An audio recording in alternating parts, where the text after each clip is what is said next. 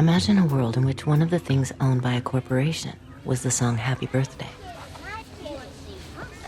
In fact, an AOL Time Warner subsidiary holds the copyright. In the past, it has demanded over $10,000 to allow you to hear anyone sing this popular song in a film. We didn't pay. We preferred to use the money to fly our crew to Boston and Los Angeles to bring you the following story. 5, 4, 3, 2, 1. Off into space. Man, that takes real teamwork. And here's a team of junior spacemen with an out-of-this-world breakfast. Comparing the marketing of yesteryear to the marketing of today is like comparing a BB gun to a smart bomb. It's not the same as when I was a kid, or even when the people who are young adults today were kids. It's much more sophisticated and it's much more pervasive. It's not that products themselves are bad or good. It's the notion of manipulating children into buying the products. In 1998, Western International Media, Century City, and Lieberman Research Worldwide conducted a study on nagging. We asked parents to keep a diary for 3 weeks and to record every time, you could imagine, every time their child nagged them for a product. We asked them to record when, where, and why. This study was not to help parents cope with nagging. It was to help corporations help children nag for their products more effectively. Anywhere from 20% to 40% of purchases would not have occurred unless the child had nagged their parents. That is, we found, for example, a quarter of all visits to theme parks wouldn't have occurred unless a child nagged their parents. 4 out of 10 visits to places like Chuck E. Cheese would not have occurred. And any parent would understand that. You know, when I think of Chuck E. Cheese, oh my goodness, it's noise. And there's so many kids. Why would I want to spend 2 hours there?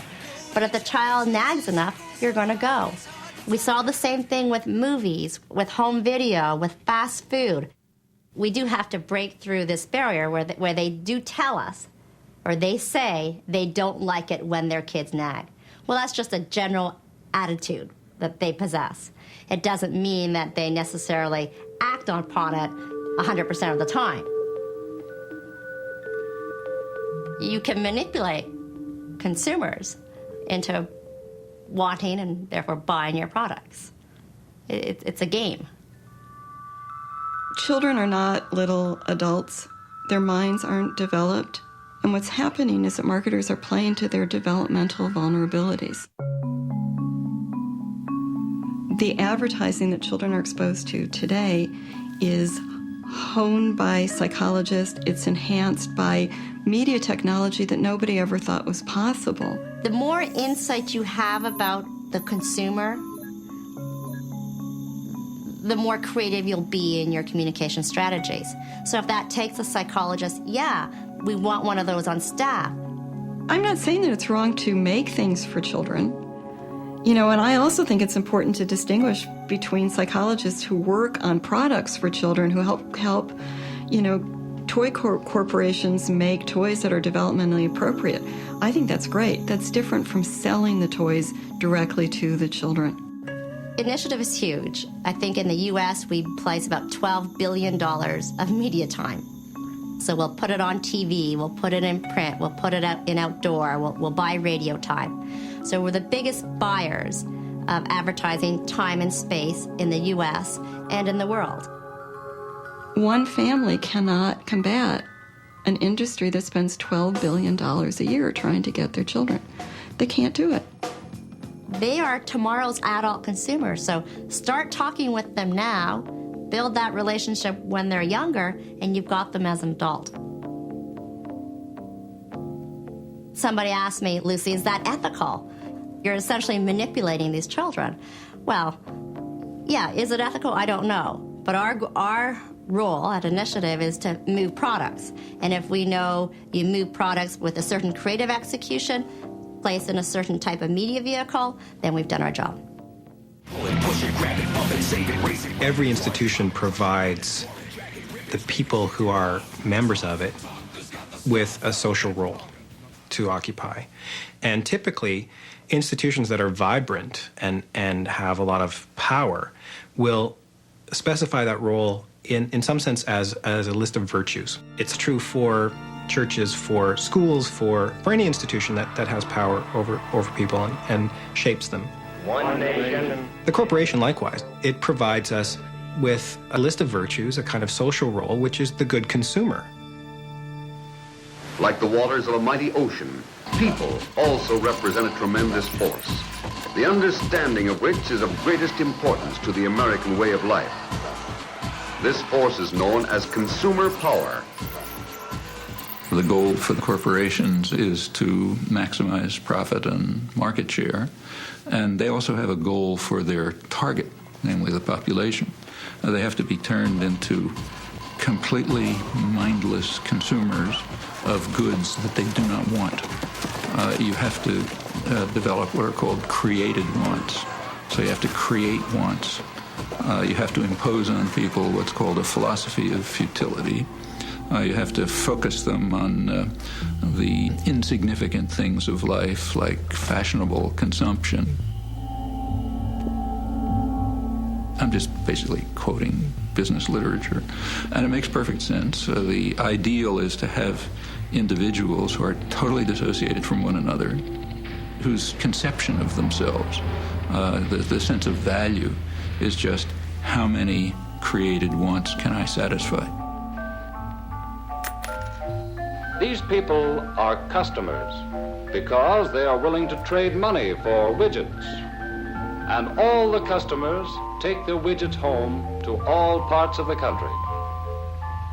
Look at all that money the widget builder has taken in from the sale of his widgets.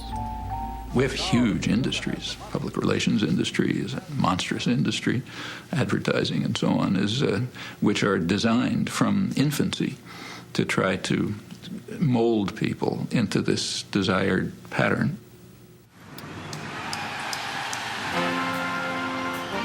We saw Tiger Woods on TV with a hat with a Nike logo on it, and we figured, he probably gets like millions of dollars just to wear the hat on the press conference.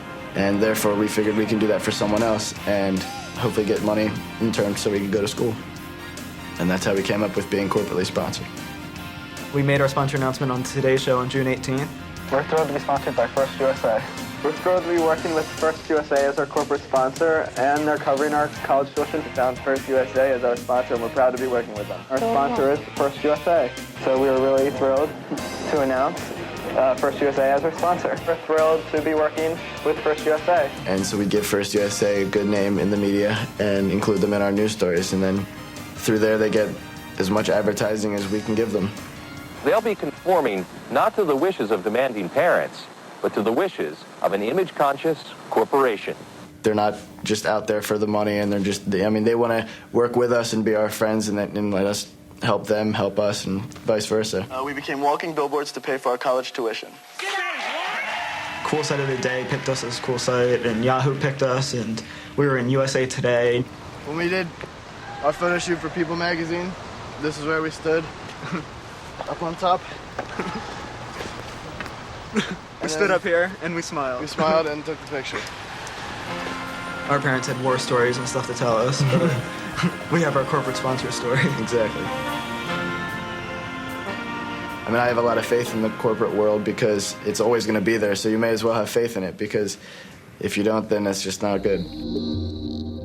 Some of the best creative minds are employed to assure our faith in the corporate worldview. They seduce us with beguiling illusions designed to divert our minds and manufacture our consent.